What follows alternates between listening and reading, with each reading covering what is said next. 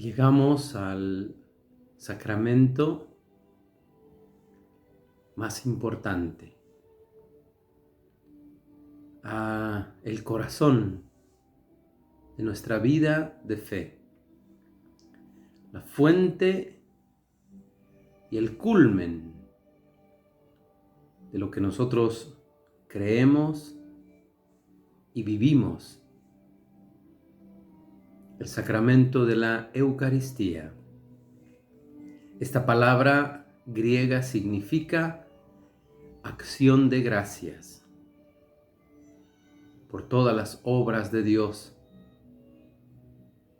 también llamado comunión, porque en este sacramento nos unimos plenamente a Cristo.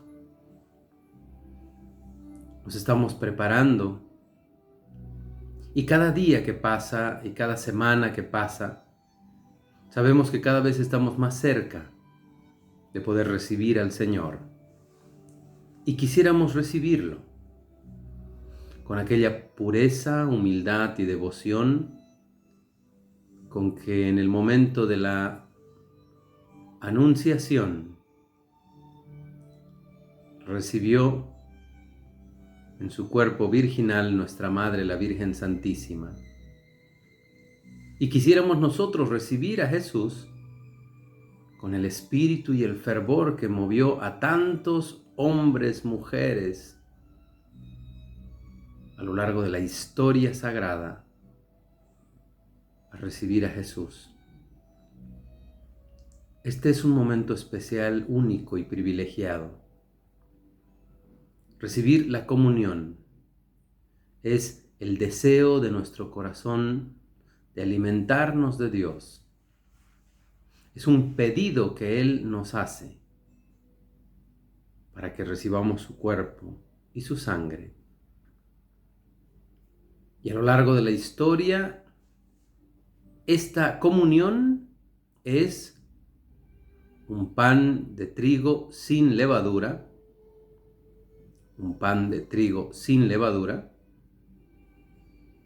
que se le llama un pan ácimo, y vino de uva, el jugo fermentado de la uva. Estos son los dos elementos con los cuales podemos entender que existe, después de la celebración de la Santa Misa, la presencia real de Jesús. Recibir la comunión es un momento pleno, es un momento privilegiado, es un momento único. Es el momento en el cual, de verdad, nuestro corazón se une al corazón de Jesús, nuestra vida se une a la vida de Jesús, y Él va moldeándonos. Hoy, los alimentos que hemos recibido o vamos a recibir, nuestro cuerpo se encargará de convertirlos en parte de nosotros. Las vitaminas, las proteínas, los carbohidratos, todo lo que nuestro organismo necesita. Todos los alimentos tienen ese proceso.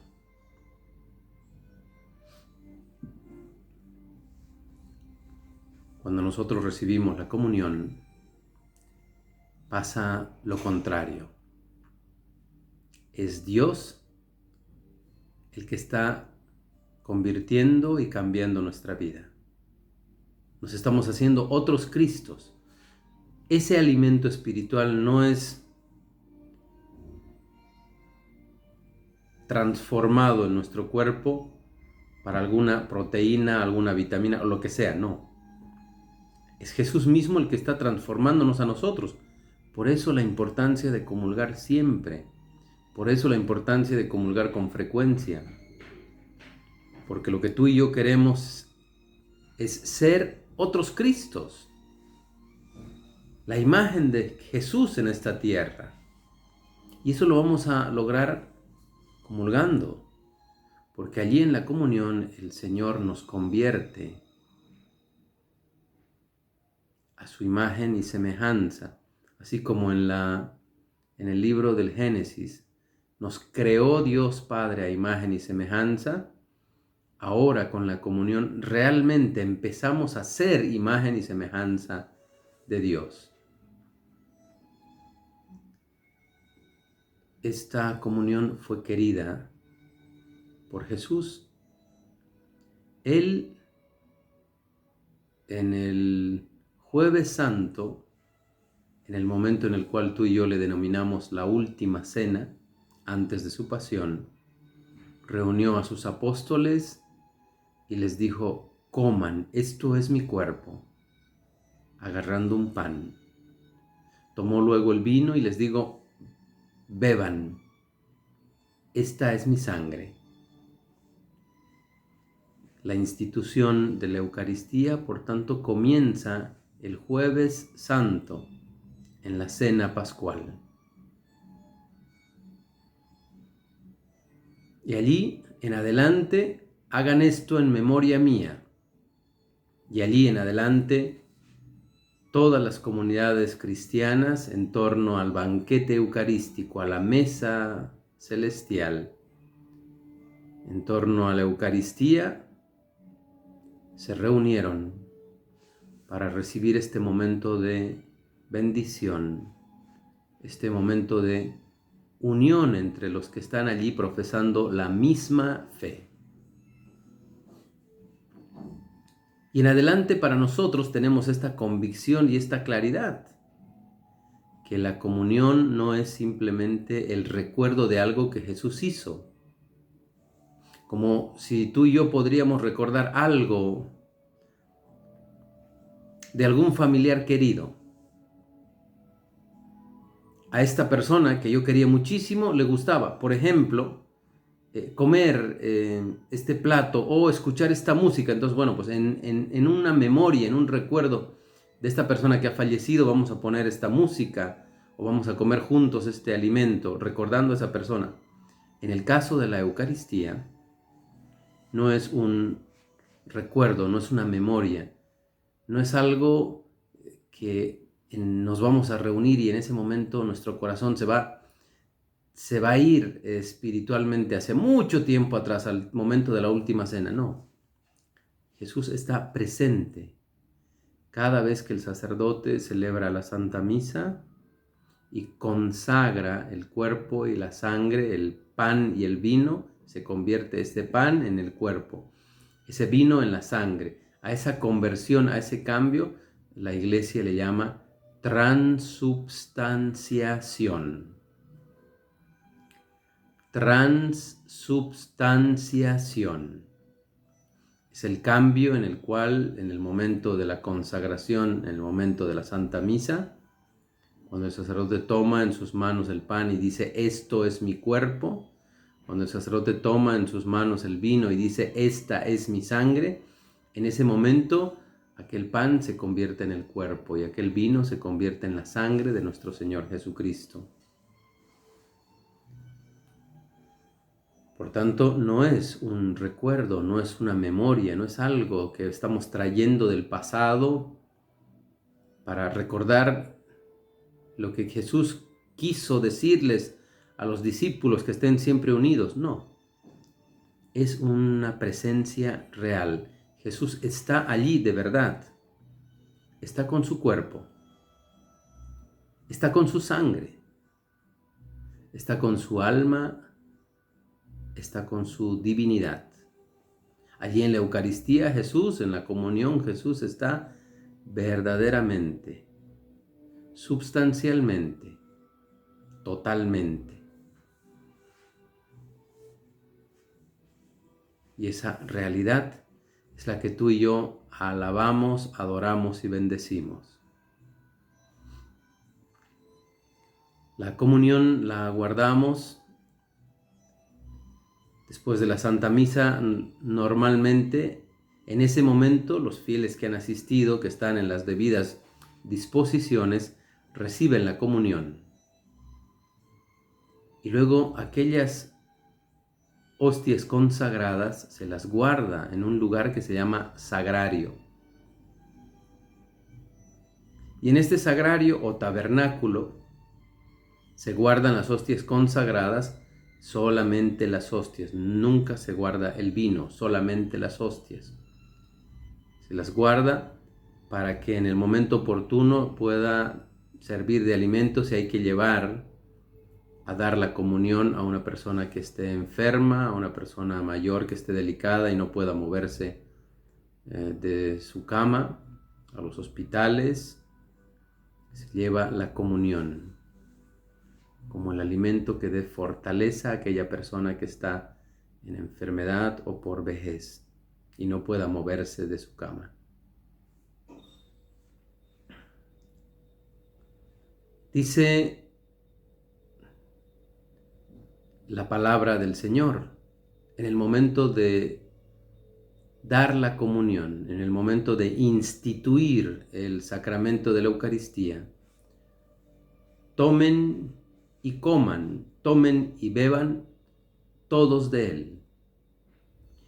En el tiempo esta palabra, todos, ha sido tan mal interpretada que les dio la impresión de que, bueno, pues como era un pan bendecido, bueno, pues ¿quién podría negar recibir el pan bendecido?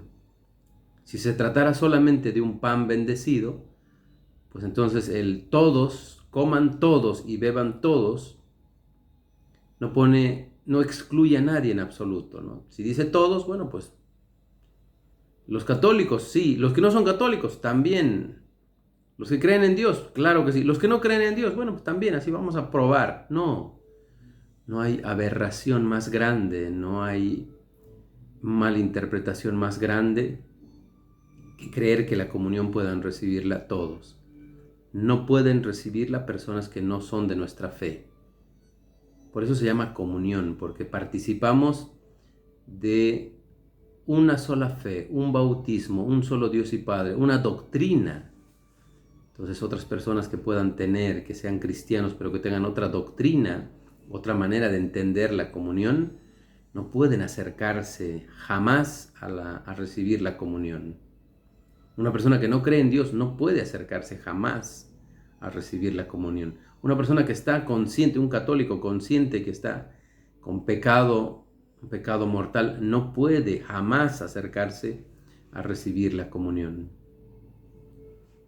Tomen, coman todos, es todos aquellos que están con la debida disposición de su alma para recibir este alimento de los ángeles.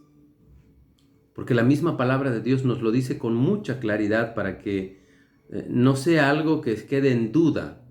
Dice la palabra de Dios: aquellos que se acercan a recibir la comunión y no están en las condiciones, están en pecado, no pueden acercarse, porque si se acercan y reciben la comunión, no están recibiendo el cuerpo de Cristo. Están recibiendo su propia condenación. Así lo dice Juan el Evangelista. Por tanto, debemos cuidar mucho el respeto que merece Jesús en la comunión. Es el tesoro más grande y más hermoso que vamos a recibir. Dios quiere estar dentro de nosotros, quiere que lo recibamos. Es nuestro alimento espiritual para este mundo en donde el camino diario desgasta nuestras fuerzas, donde la vida diaria desgasta nuestras fuerzas. Por tanto, necesitamos recibir esta fortaleza que viene del cielo, este alimento.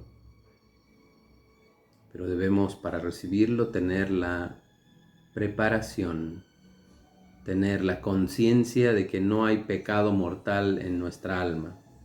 Así lo recibiremos con amor, así lo recibiremos con fe y con toda la devoción. Por tanto, en una iglesia, ¿cuáles son los lugares más importantes? Si nos toca ir a la Basílica de Guadalupe, porque tenemos la bendición y la dicha de ir a visitar la Basílica de Guadalupe, o si nos toca la dicha y la bendición de ir a visitar algún santuario en Copacabana, en Urcupiña, en Cotoca, en Chaguaya, en Lourdes, en Fátima, en cualquier parte del mundo. Cuando entramos a una iglesia, a una catedral, a la catedral de Roma, de San Pedro en el Vaticano, ¿Cuáles son los lugares más importantes, ¿no?, de cualquier iglesia en el mundo entero? De una capilla tan chiquita que solamente pueden entrar 10 personas, o una basílica donde pueden entrar cientos y miles de personas. ¿Cuáles son los lugares más importantes? Hay dos lugares fundamentales. El primero es el altar, donde se celebra la Santa Misa. El altar donde se celebra la Santa Misa. Y el segundo, el sagrario, donde se pone las hostias consagradas. Y en ese sagrario, normalmente muy cerca, es como una cajita. Y muy cerca de esa cajita, tiene la forma de una cajita, adornada bellamente, pero es una cajita. Y cerca de esa cajita hay una luz que nos está recordando que ahí está Jesús presente, con su cuerpo, con su sangre, con su alma y con su divinidad.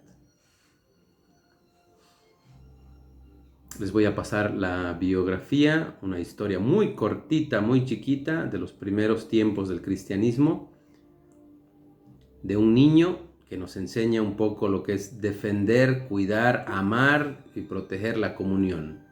Este niño, espero que en adelante sea su amigo espiritual, ya que van a recibir la comunión, ya que se están preparando para la comunión, en adelante pídanle a él que les enseñe a recibir a Jesús con el mismo amor que él lo cuidó, lo protegió.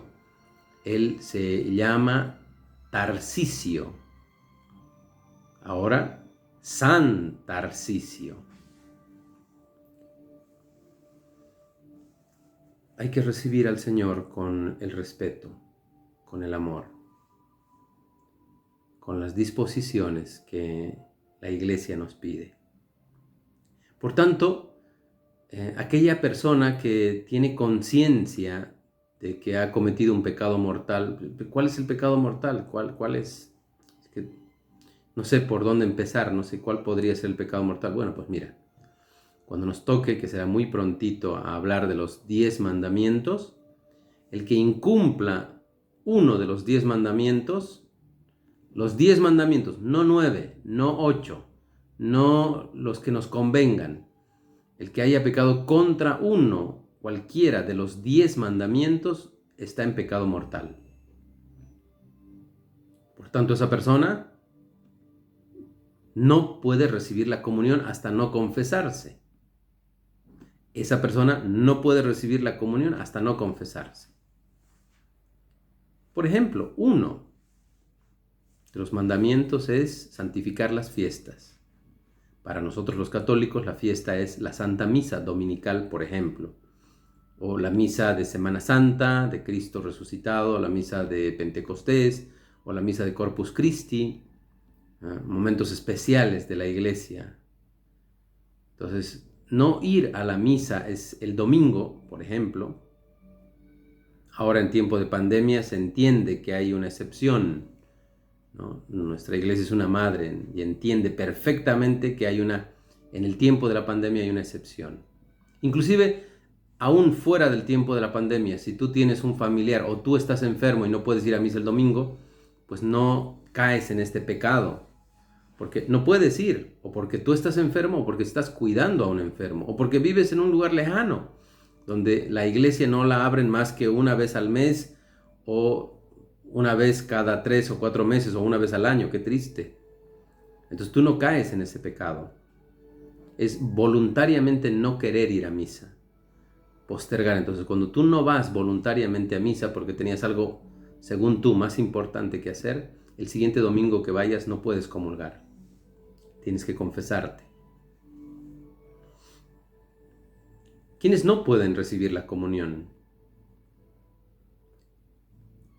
No pueden recibir la comunión aquellos que, después de haberse casado por la iglesia, aquellos que se han casado por la iglesia y después se han separado y se han vuelto a unir a otra persona. ¿Una persona que se ha separado puede comulgar? Claro que sí. Pero si esa persona se vuelve a unir a otra persona, en ese momento que se unió a otra persona, ya no puede recibir la comunión. Dos personas que se han casado por lo civil, no por la iglesia, ¿pueden comulgar? No pueden comulgar. Porque los sacramentos, los 7 sacramentos, no son para que uno escoja el que le gusta o el que le parece y rechace a otro. Bueno, pues yo matrimonio no quiero. Comunión sí quiero. Confesión tampoco quiero. No. Los 7 sacramentos. Por tanto, si hay una pareja que solamente se ha casado por lo civil, esa pareja no puede recibir la comunión. Una pareja que se ha casado después por la iglesia y después se ha separado y se ha vuelto a unir a otra persona, tampoco puede recibir la comunión. Alguien que tiene una conciencia de pecado mortal no puede recibir la comunión. Las personas de otras religiones, pero somos también cristianos. Si no es un católico, si no es una católica, no puede acercarse a recibir la comunión. Y para algunas personas que hace mucho tiempo atrás la iglesia vio por conveniente que hayan personas que no son sacerdotes consagrados que puedan colaborar al sacerdote en el tema de la comunión. Ministros extraordinarios se les llamó.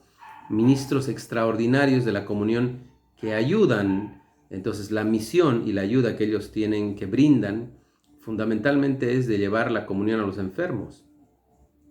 Entonces los ministros extraordinarios, cuando el sacerdote pide que den en la misa la comunión, debería ser uno más allá, 1, 2 máximo, no más. A no ser que se trate de un santuario donde hay cientos de personas, miles de personas. En una iglesia normal, en la misa dominical, si hay alguien que pueda ayudar a dar la comunión al sacerdote, puede ser 1, 2 máximo. Porque de otra manera, lo único que estamos haciendo es desvirtuando el sentido de la comunión, el sentido del respeto a la Eucaristía. De hecho, yo, si tendría que comulgar, cuando alguna vez me ha tocado porque estaba de viaje y no pude celebrar la misa, pero sí tenía que escucharla, entonces yo, como fiel católico, nunca recibiría la comunión de un ministro. Yo como fiel católico, no como sacerdote, si tendría que escuchar una misa, únicamente y exclusivamente tendría que recibirla, buscaría recibirla de las manos del sacerdote, nunca de un ministro. Porque el motivo por el cual los ministros han sido pensados en la iglesia no es para acortar el tiempo de la comunión, ¿no? Pues como la comunión se tarda 15 minutos, entonces vamos a poner a 5 ministros o a 10 ministros para que lo demos demos la comunión en 1 minuto a todos y ya está, y terminemos más pronto la misa. Es una falta de respeto, es una falta de amor. Los ministros, bendito sea Dios, una misión tan hermosa en la iglesia, están para llevar la comunión al hospital, llevar la comunión a los enfermos, para eso, no para estar de figuretis en la iglesia y después no llevan a los enfermos. Si un ministro no lleva a un enfermo la comunión, debería dejar ese ministerio, porque en el fondo es desvirtuar, es quitarle el respeto a la cosa sagrada. El sacerdote es el que da la comunión, ya está. Y la comunión se la recibe en la boca, listo. ¿Puedo recibir en la mano? No deberías hacerlo.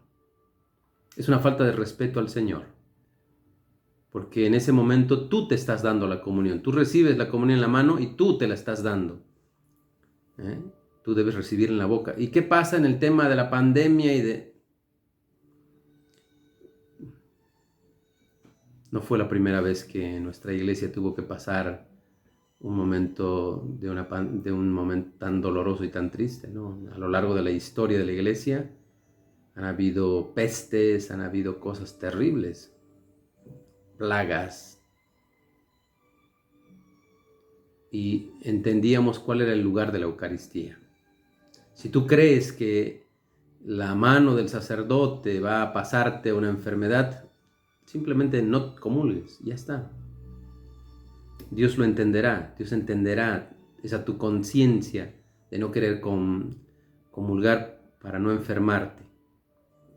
Pero si tú tomas a Jesús en la mano, estás siendo irreverente con Dios. La ley de la Iglesia Católica, es que debemos recibir en la boca. Ya está. Todo lo que viene a entorno, que la puedo recibir en la mano, que la puedo recibir en cualquier otro lugar, todo lo que viene alrededor, no es algo que Dios quiere para nuestra santificación. Si vas a recibir el cuerpo de Cristo, entonces si es Cristo esa comunión, no creo que ahí esté la muerte para ti. Pero si tú no crees que es Cristo, si tú crees que es un pan bendecido, entonces bueno, pues agárrala en la mano o lo que sea, haz lo que quieras. Tengamos un poco del respeto, que eso estamos perdiendo mucho. El respeto al Señor al recibir la comunión en la boca. Quisiera de verdad pedirles como una tarea para complementar, porque claro, uno puede decir, bueno, pues Padre, tus palabras parecen un poco torpes, tus palabras parecen un poco fuertes, tus palabras parecen en este momento un poco así como que desubicadas, ¿no? La iglesia ahora se ha abierto a todos, la iglesia ahora es una madre que acoge a todo el mundo y lo que Jesús no dijo eso, ¿dónde dijo Jesús eso? Entonces, claro, podemos nosotros plantearnos como católicos, y está bien además que lo hagamos, ¿no? Una duda, decir, bueno, pues en una ocasión un sacerdote me dijo a mí, la que yo como sacerdote lo he escuchado tantas veces, un sacerdote me dijo a mí que yo no debería confesarme porque yo ya no tengo pecados. Bueno, pues ese sacerdote probablemente, si murió, pasará muchísimos años en el purgatorio por ese pecado, por esa falta. ¿Ah? No, pues a mí una hermanita, una religiosa, me dijo que podía comulgar, aunque esté casada por lo civil, o aunque esté casada y antes haya tenido un matrimonio católico y ahora esté con otra persona, una monjita o mi mamá me dijo, o no sé, ¿no? Alguien que pueda tener autoridad, mi catequista, esta persona que siempre va a la iglesia, me dijo que sí puedo comulgar. No puedes hacerlo. Nadie está por encima de lo que la iglesia enseña, lo que Jesús enseña. Entonces te pido por favor que puedas profundizar esta pequeña charla que nosotros tenemos, haciendo la lectura meditada, no una lectura así, bueno, pues para terminarla en un minuto, una lectura meditada del capítulo 6, el capítulo 6 de San Juan, el Evangelio de San Juan en el capítulo 6, todo el capítulo, con calma. Y ahí entenderás que es algo querido por Jesús. No es algo que fue inventado, no es algo que no tiene nada que ver con la religión, no, es un respeto, un amor, una devoción muy grande al Señor. ¿No? Y finalmente aquellos que son ministros y que llevan la comunión,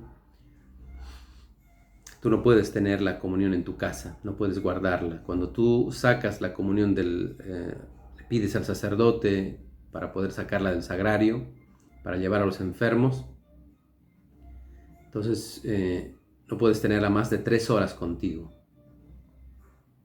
La sacas porque estás yendo a dar la comunión. No es que, bueno, pues la voy a sacar ahora porque más tarde, no, ahora voy a dejarla en un lugar digno en mi casa, con una vela encendida, con un mantel y una imagen de la Virgen y con luces. Entonces, claro, la saco ahora por la mañana porque yo voy a dar la comunión por la tarde, voy a ir a visitar a estos enfermitos. No puedes hacer eso. Ya te digo, cuando no hay una explicación sana de lo que significa un ministro de la comunión extraordinario, cuando no hay una explicación sana de lo que significa la comunión, cualquier persona podrá guardarla, ¿no? Ya, pues me guardo. Imagínate qué lindo guardar en mi casa la comunión. Eso es un pecado, es un sacrilegio. Un pecado contra las cosas sagradas. Nadie puede guardar en su casa una comunión. Es que mañana la voy a entregar, mañana la voy a dar la comunión y toda la noche me voy a pasar de rodillas, toda la noche estaré de rodillas rezando y aquí está en mi casa en un lugar muy digno. No puedes hacer eso. Un ministro extraordinario de la comunión, un sacerdote, una comunidad religiosa necesita, imagínate una comunidad religiosa necesita un permiso para tener la comunión, para tener un sagrario en su casa.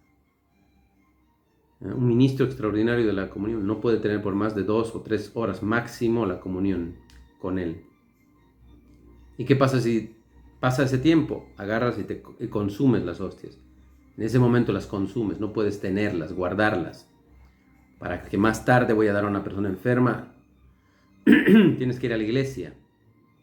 Y si da el caso que no puedes hacer eso, ser coherente y decirle al Padre, Padre, yo no puedo hacer esto, son varios enfermitos que tengo y no puedo llegar y no me da la vida, porque me paso todo el día entregando la comunión, entonces solamente puedes tener máximo 3 horas contigo la comunión.